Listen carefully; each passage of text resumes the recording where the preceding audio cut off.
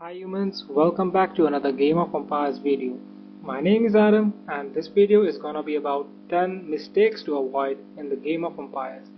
The mistakes are mostly beginner players oriented, but even for an old player it can be a good refresh. So keeping that in mind, let's begin.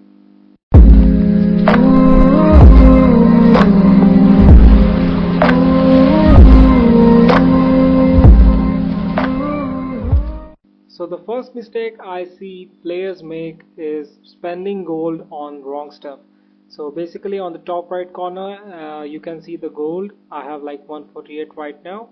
I see a lot of people spending them as a speed up or maybe as a something to buy from shop.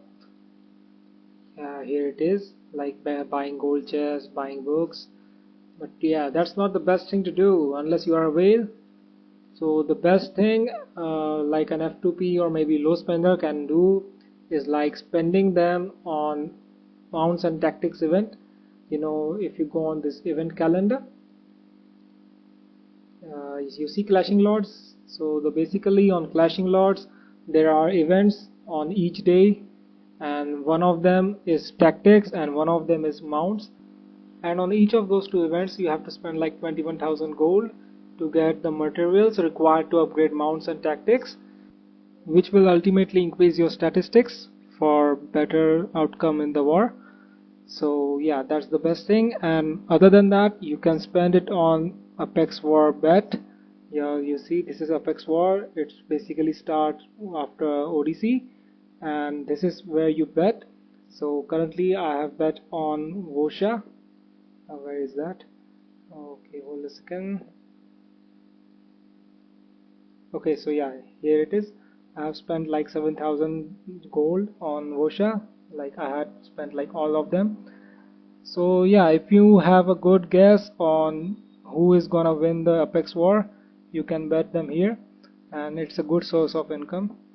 Other than that, there is literally no such good stuff to spend gold. Maybe you can spend it on VIP, but yeah, for an F2P or low spender, that's pretty much it. So coming down to our next topic is hospital. I see a lot of people healing troops like all of them at once, but what you have to do is like heal them in a small set of number. For example, I will go with 500. So here we go. So the set of troops can vary depending upon what tier of troops you are healing and how much alliance help you have. So you have to choose an amount of troop in such a way that it can be completed just with the help of alliance help. As you can see, the time is reducing as soon as I am getting help from my teammates. You can increase the amount of alliance help by upgrading the town hall tech called great helpers, and there are multiple of them. So yeah, that is it. So another mistake I see a lot of new players do is like not killing the guardians, like the shrine guardians. On each reset there will be a guardians which spawn, and also at 12 UTC. Yeah, the guardians like this. So this is level 1 shrine. The higher will be the level of shrine, the higher will be the level of guardians. So basically they are a good source of XP. In the beginning you will need a lot of experience for your heroes, which will basically strengthen your power and also make you effective in war and in events. So once you kill the guardians, it will convert into runes, which will also help you in the progress of the game. So moving on to the next tip, which is basically ruins and titles. And I see a lot of people are hesitant to ask for titles. And please don't be among those people. Always ask for titles before you make progress into the game, like tech upgrades, training troops, and even for other activities where you need buff for gathering resources and for war fights as well. Not only these buffs help you in optimum output, it also helps you being efficient throughout the game. As you can see, I have asked for Duke title because I am clearing inactive players from the map. Uh, as also you can see, I have used some buffs from the bag as well. You can also take runes for being more efficient. You can see iron load, tech speed, iron load again, training speed, etc. So yeah, this is a really good thing to take before making a progress. So moving on to the next tip, don't let stamina bar go full. If you click on your profile, you can see this green bar, which is basically your stamina bar. And if you click on the exclamation mark, it will tell you how much stamina it generates. And once your stamina bar is full, it will stop generating stamina. People often overlook this thing, but stamina gives you a ton of resources, speed ups, ancient slate shards, and even XP books, which is really a good thing to have. And if you click on the plus icon next to the bar, it will tell you the 500 free stamina which you can claim every day. I highly prefer spending this stamina on Intel Quest, as you can see here. Yeah, these gives very good rewards, so I highly recommend do it, and it refreshes in every 8 hours.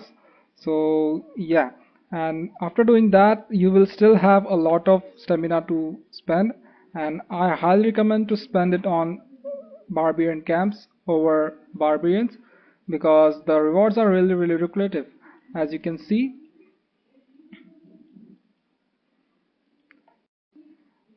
the rally leader gets rewards, and also the helpers get rewards, and you get a free common chest, level 8 camp, level 9 camp, etc., which is a really good thing. You see, I just got a free 10-minute speed up. So yeah, if you have time to do this, especially in ODC, I highly recommend to do it, because yeah, it gives you very good stuff to have in infantry. Let's move on to the next tip. So I see a lot of people doing a mistake of not doing alliance activities. We will talk one after another. So starting with alliance territory, always send villager to build, because it's necessary activity for your alliance to progress, especially in ODC. And always send a villager to gather resources in the resource station if you have built one. It's a consistent source of resources. And also, if you send troops to build a trading post or whatever your alliance is building, you can earn 10,000 alliance tokens per day for the amount of minutes you are contributing. So yeah, that is it. Moving on to the next tab, which is basically war tab. Here it will show you all the rallies done by your alliance members, and you can therefore join rally by clicking the plus icon, or you can use the automatic feature by clicking the automatic button here. This is one of the best feature in the game, which will earn you a lot of resources and speed ups. As you can see, I have checked both of the boxes of Barbarian Conqueror and Barbarian Camp, and you can join by either auto creating your troops or prioritizing the list of the troops you want to send there, just like I have done in the left side. So yeah, you should always do that, because even if you are online or offline, it will keep sending your marches to join rally. Another mistake I see a lot of people make is that they don't do tech donations. Don't think that it's a waste of resources. It gives you permanent buffs, which will help you and your alliance in progress a lot. These donations are further divided into 3 tabs, where one is for development, another is for territory, and third is for war. So please donate in there depending upon what your alliance is in looking for. As you can see, the development tab, it will help you grow personally. Like for example, master training, it gives 10% training speed, and so on. Round table increasing help speed up time. War tab increasing statistics. As you can see, infantry defense, and also the territory tab, it will expand how much staging post you can have. also reducing the alliance building construction cost. So yeah, that is it. Another mistake I see a lot of people do is like not using the alliance reserve tab. This is a very important tab. As you can see, in this tab you can donate resources which you and other players in the alliance can exchange here with the honor points for a very good amount of resources. So how do you earn honor points? So basically honor points are earned with the amounts of casualty you have in the war or whatever scenario, and you can exchange it from here. As you can see, for 33 million honor points which I have right now, I can exchange 57.8 million food. So I don't want it now, but yeah, you can do that. And so if you are someone who can't contribute in war with fights for whatever reason, then I recommend you to donate there so that people who are fighting in war can get resources from here with the honor points they have earned in war. So that is pretty much it for Alliance tab. Other than that, I can say that keep pressing help button because it will help your teammates a lot, and also make sure to do alliance trade twice because it gives a lot of resources. And another mistake I see a lot of players do is that they don't make farm accounts. I highly recommend to have few farm accounts for yourself, and if you are wondering what's farm account, then for your information, farm accounts are basically your sister accounts which are used only for providing resource aid to your main account. Now if you click on your profile and then click on settings and then click on the character icon, you can see all the characters you have in your game, and if you click on plus icon you can create a new account in whatever server you want. And as you can see, I have like 5 farm accounts here, and remember you can have only 6 accounts each kingdom, so your main and plus other farm accounts totaling up to 6. And now let me show you what to do in a farm account. So first thing you have to do is like unlock the market. This is the market. So what does market do is like it enables you to transfer resources to other people. So basically that's how you send resources to your main account, and you can unlock it by doing text on town hall, where it is, yeah, unlock market. And the second thing you can do is like try reaching early castle age. So basically if you are at early castle age, you can have access to ODC and its map. So if you are in a situation where your main account can't come to your original kingdom for reasons like events, which can be pirate event or maybe in war, so yeah, it is really important.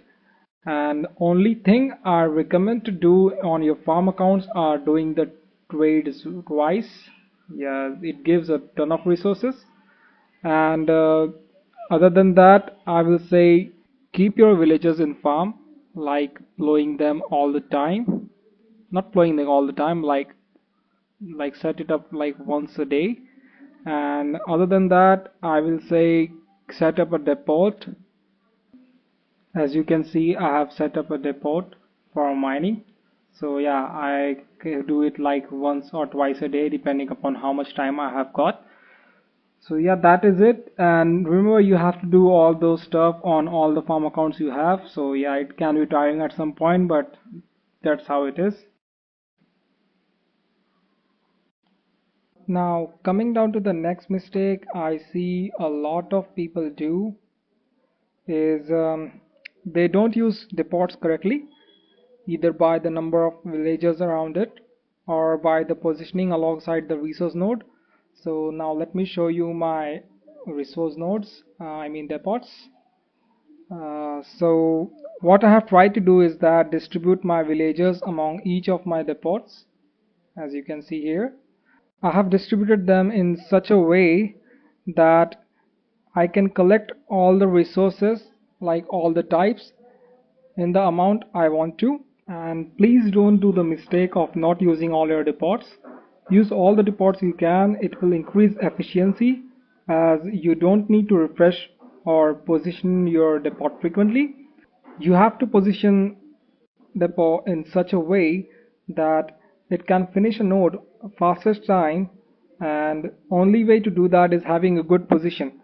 Now as you can see, this is my node, and we can have it placed in different ways. For example, I can place it like here, or here, but as you can see, if I place it here, although this is nearest to me, but this part is far away from my villages, so it will increase the traveling time, and thus it will cost you a lot of time to gather the same amount of resources which you can gather by placing a depot here. So yeah, positioning is a very important. um, I know many people think what can go wrong with having a depot in wrong position. Well, it makes a significant difference in how much resources you have, and it ultimately affects how much resources you have for war and for the progression of the game. Now let me show you the rank of resources collection. As you can see, I have rank 10. uh, I was like rank 5 or 6 until few weeks ago when I got busy with life.